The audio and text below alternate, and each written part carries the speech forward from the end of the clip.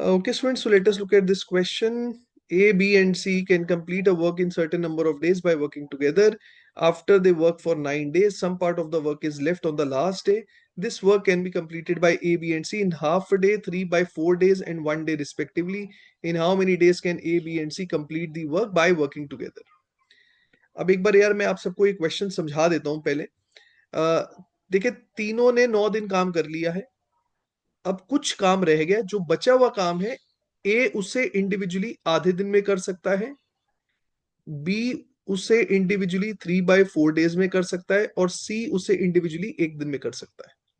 सवाल यह है कि अगर पूरा काम वो लोग मिल के करेंगे तो उन्हें कितना टाइम लगेगा। अब देखिए स्टूडेंट्स, इसको प्रॉपर मेथड से तो कर ही सकते हैं, वो मैं आपको बताऊंगा कैसे करना है। अगर यहाँ आप ऑप्शंस को यूज करें तो बहुत ही जल्दी आप सॉल्व कर सकते हैं। कहने से कि जो बचा हुआ काम है उसे करने के लिए ए आधा दिन ले रहा है, तो अगर तीनों मिल के काम करेंगे तो एक चीज तो हम डेफिनेटली कह सकते हैं, that together they will take less than half a day to complete the remaining work. उम्मीद करता हूं आपको मेरी बात समझ में आ रही, क्योंकि देखें, अगर ए अकेले आधे दिन में काम कर रहा है तो उसके साथ अगर और लोग काम करेंगे तो आधे दिन से तो कम ही लगेगा। तो ये बात तो पक्की है कि अगर बचा हुआ काम तीनों मिलके करते तो आधे दिन से कम लगता। दैट मीन्स पूरा काम अगर वो लोग शुरू से लेकर एंड तक एक साथ करेंगे, A B and C, they would have taken less than 9.5 days। They would take less than 9.5 days। ये बात तो पक्की है, 9.5 दिन से कम लगने चाहिए। बस अब स्टूडेंट्स अगर आप ऑप्शंस को चेक करें, 41/4, this is 10.25। Answer has to be less than 9.5, so option 1 is incorrect. This is 9 + 3/13, this is less than 9.5, this can be the answer. Let's check the other options. This is greater than 11, right? 78/7 is greater than 11, तो ये तो definitely गलत है।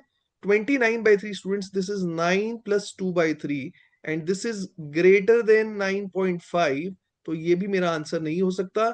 Option 2 will be the correct answer. लेकिन अब मान ले, अगर हो सकता है आप लोग के दिमाग में आ रहे हो, अगर एक से ज्यादा ऑप्शन ऐसा है जो 9.5 से कम है, तो फिर क्या करेंगे?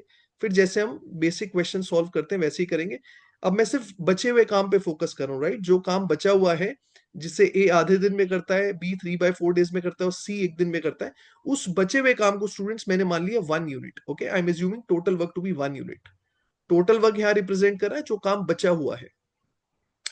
अब जैसे हम नॉर्मल क्वेश्चंस करते हैं, आधे दिन में 1 यूनिट करता है ए, तो ए की एफिशिएंसी कितनी हो जाएगी?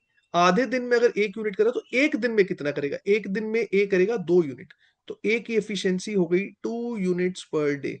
ऐसी स्टूडेंट्स बी की एफिशिएंसी कितनी हो जाएगी? बी जो है वो 3/4 डेज में 1 यूनिट करता, तो एक दिन में कितना करेगा? एक दिन में बी करेगा 4/3 यूनिट्स।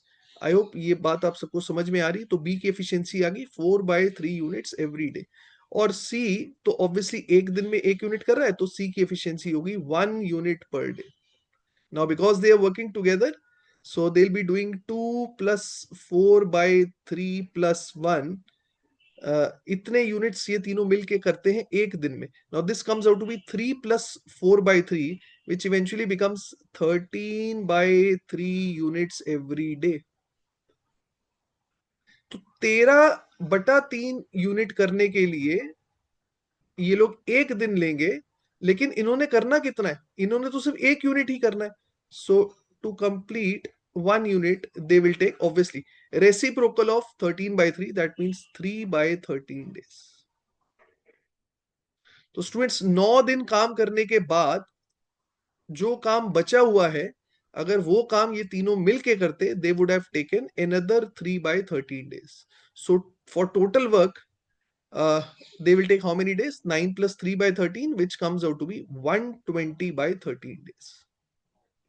तो ये प्रॉपर मेथड से अगर आपने करना है तो ऐसे कर सकते हैं। So option 2 is the correct answer. I hope this is clear to everyone.